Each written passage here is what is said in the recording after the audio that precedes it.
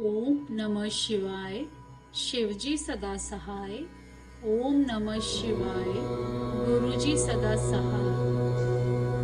शिवलिंग की स्थापना, उसके लक्षण और पूजन की विधि का वर्णन तथा शिव पद की प्राप्ति कराने वाले सत्कर्मों का विवेचन।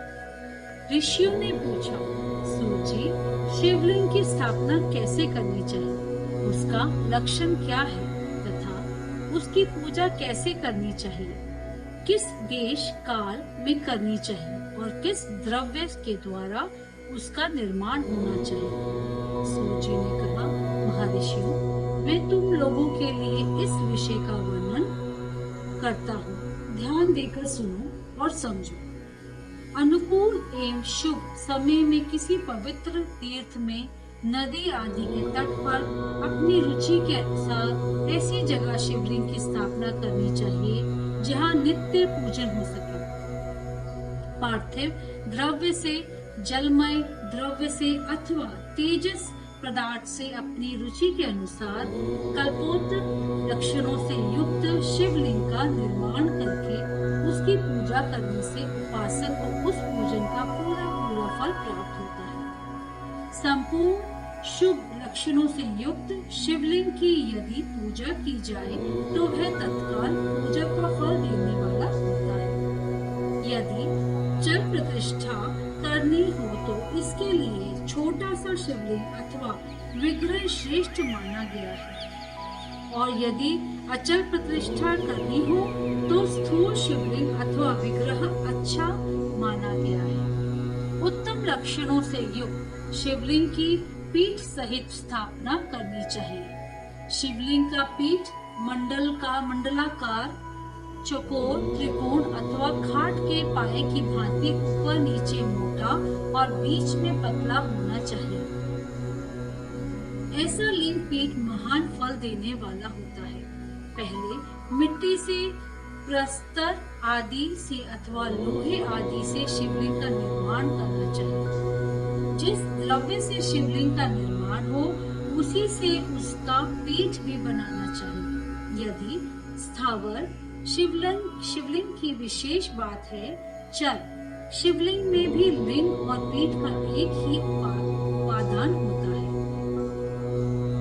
किंतु बाणलिंग के लिए यह नियम नहीं है। लिंग की लंबाई निर्माणकर्ता या स्थापना करने वाले यजमान के 12 उंगल के बराबर होनी चाहिए। ऐसी ही शिवलिंग को उत्तम कहा गया है। इससे कम लंबाई हो तो फल में कमी आ जाती है, अधिक हो तो कोई दोष की बात नहीं है। चल लिंग में भी वैसे ही नियम है। उसकी लंबाई कम से कम कर्ता के 1 उंगल के बराबर होनी चाहिए। उससे छोटा होने पर अल्प फल मिलता है, किंतु उससे अधिक होना दोष की बात नहीं है। यजमान को चाहिए कि वह पहले शिल्प शास्त्र के अनुसार एक विमान या देवालय बनवाए जो देवगणों की मूर्तियों से अलंकृत हो। उसका गर्भगृह बहुत ही सुंदर, सुदृष्ट और दर्पण के समान स्वच्छ हो। उसे 9 प्रकार के रत्नों से विभूषित किया गया हो।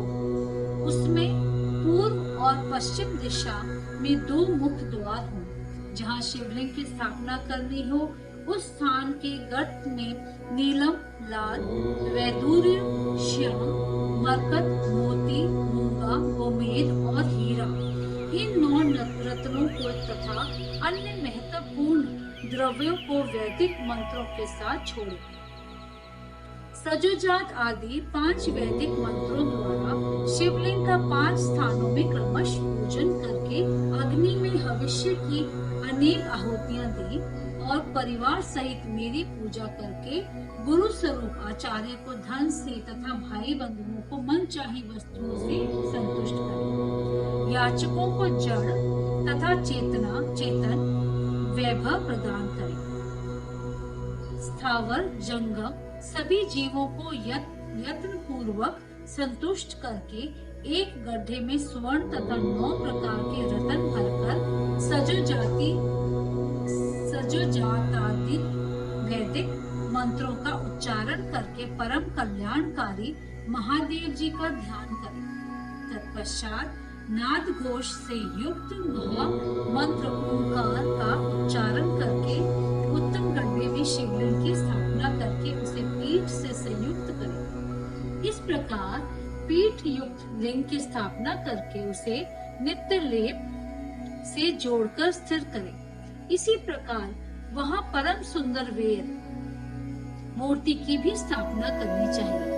सारांश यह है कि भूमि संस्कार आदि की सारी विधि जैसे लिंग प्रतिष्ठा के लिए कही गई है, वैसे ही वेद प्रतिष्ठा के लिए भी समझनी चाहिए। अंतर इतना ही है कि लिंग प्रतिष्ठा के लिए प्रणव मंत्र के उच्चारण का विधान है, परंतु वेद की प्रतिष्ठा पंचाक्षर मंत्र से करनी चाहिए।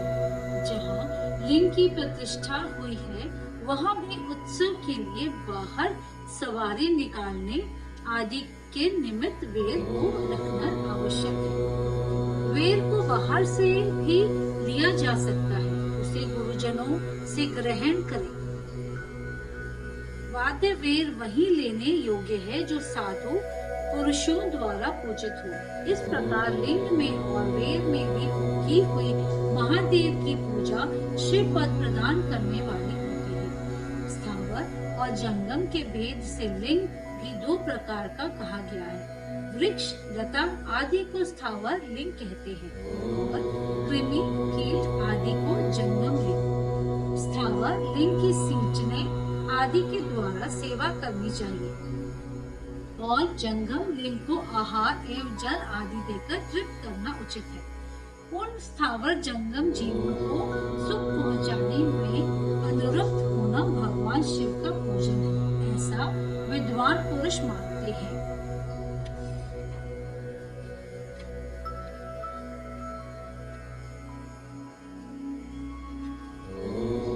इस तरह महालिंग की स्थापना करके विविध उपचारों द्वारा उसका पूजन करें। अपनी शक्ति के अनुसार नित्य पूजा करनी चाहिए तथा दिवाले के पास ध्वजारोपण आदि करना चाहिए। शिवलिंग साक्षात शिव का पद प्रदान करने वाला है अथवा चरलिंग में षोडशोपचारों द्वारा यथोचित रीति से क्रमश पूजन करें। यह पूजन भी शिव पद प्रदान करने वाला है। आवाहन, आसन, अर्घ्य, पाद्यगण, आचमन, अभ्यंग पूर्वक स्नान, वस्त्र एवं यज्ञोपवीत, गंध, पुष्प, धूप, दीप, नैवेद्य, तांबूल, समर्पण, नीराजन, नमस्कार और विसर्जन, ये 16 उपचार है अथवा अर्घ से लेकर नैवेद्य तक विधिवत पूजन करें। अभिषेक, नैवेद्य, नमस्कार और तर्पण ये सब यथाशक्ति नित्य करें। इस तरह किया हुआ शिव का पूजन शिव पद की प्राप्ति कराने वाला होता है अथवा किसी मनुष्य के द्वारा स्थापित शिवलिंग में ऋषियों द्वारा स्थापित शिवलिंग में देवताओं द्वारा स्थापित शिवलिंग में अपने आप प्रकट हुए स्वयंभूलिंग में तथा अपने द्वारा नूतन स्थापित हुए शिवलिंग में भी उपचार समर्पण पूर्वक जैसे तैसे पूजन करने से या पूजन की सामग्री देने से भी मनुष्य ऊपर को जो कुछ कहा गया है वह सारा फल प्राप्त कर लेता है।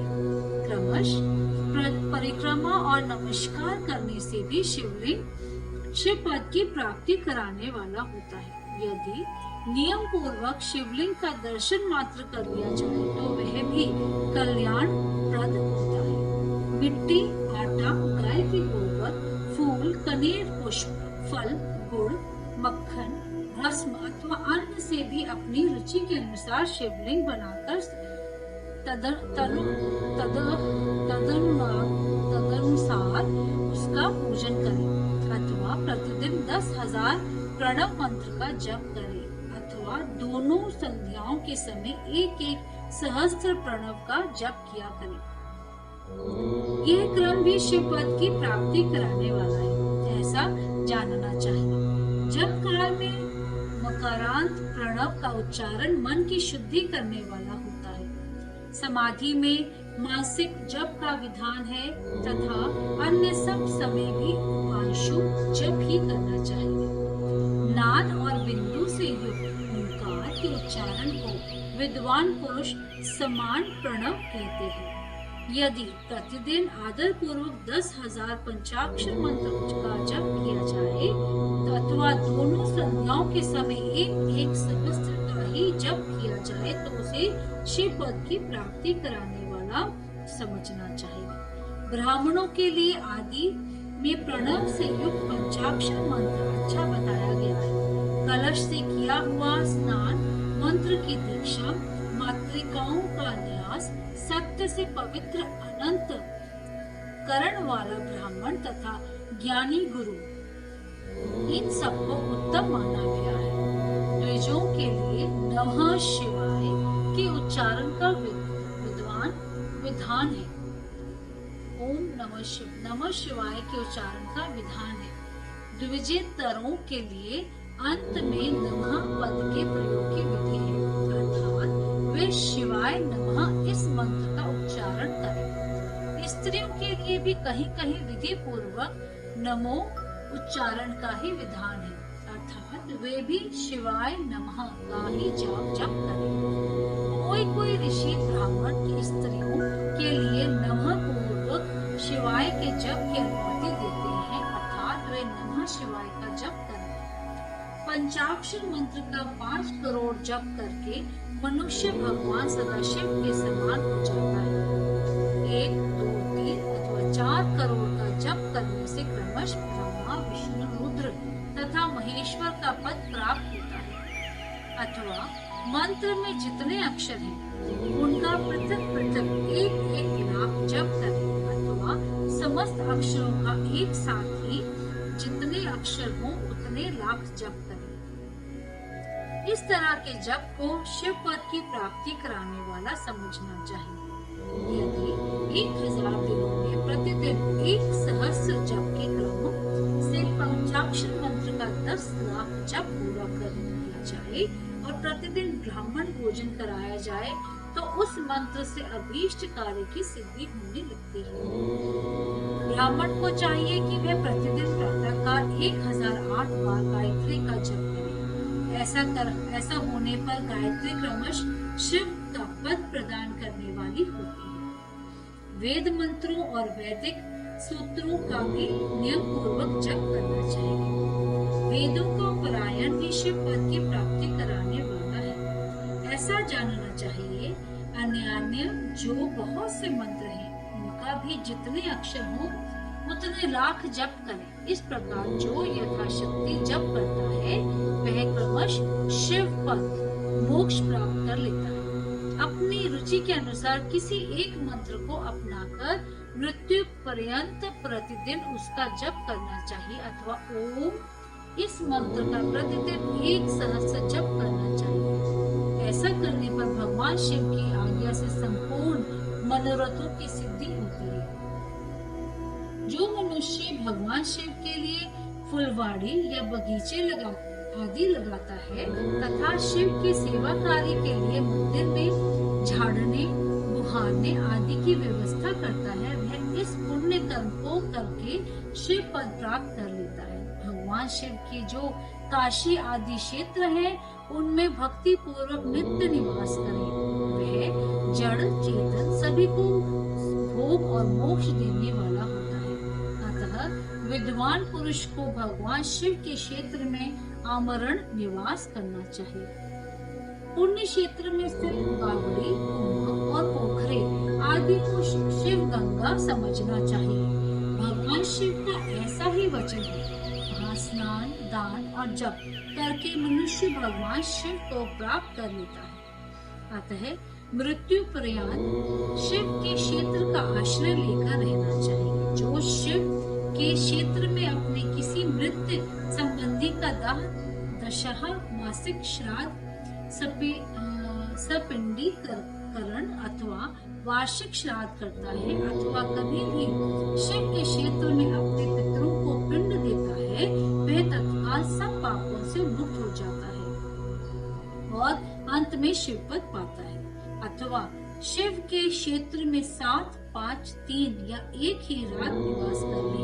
ऐसा करने से भी क्रमश शिव पद की प्राप्ति होती है। लोक में अपने अपने वर्ण के अनुरूप सदाचार का पालन करने से भी मनुष्य शिव पद को प्राप्त कर लेता है। वर्णानुकूल आचरण से तथा भक्ति भाव से वह अपने सत्कर्म का अतिशय फल पाता है। कामना पूर्वक किसी एक किए हुए अपने कर्म के अभीष्ट फल को शीघ्र ही पा लेता है। निष्काम भाव से किया हुआ सारा कर्म साक्षात शिव पद की प्राप्ति करने वाला होता है। दिन के 3 विभाग होते हैं, प्रातः, मध्य और सायं। इन तीनों में क्रमश एक प्रकार के कर्म का संपादन किया जाता है। प्रातः काल को शास्त्र विहित नित्य कर्म के अनुष्ठान का समय जानना चाहिए। मध्यकाल सकाम कर्म के लिए उपयोगी है तथा सायंकाल शांति कर्म के उपयुक्त है, ऐसा जानना चाहिए। इसी प्रकार रात्रि में भी समय का विभाजन किया गया है। रात के 4 पहरों में से जो बीच के 2 पहर हैं, उन्हें निशित काल कहा गया है। विशेषतः उसी काल में ही हुई भगवान शिव की पूजा अभीष्ट फल को देने वाली होती है। ऐसा जानकर कर्म करने वाला मनुष्य यथोक्त फल की भागी होता है। विशेषतः कलयुग में कर्म से ही फल की सिद्धि होती है। अपने अपने अधिकार के अनुसार ऊपर कहे गए किसी भी कर्म के द्वारा शिवाराधन करने वाला पुरुष यदि सदाचारी है और पाप से डरता है वह उन कर्मों का पूरा फल अवश्य प्राप्त कर लेता है। ऋषियों ने कहा, सूर्य पुण्य क्षेत्र कौन से हैं जिनका आश्रय लेकर सभी स्त्री पुरुष शिव पद प्राप्त कर लेंगे, हमें संक्षेप में बताइए।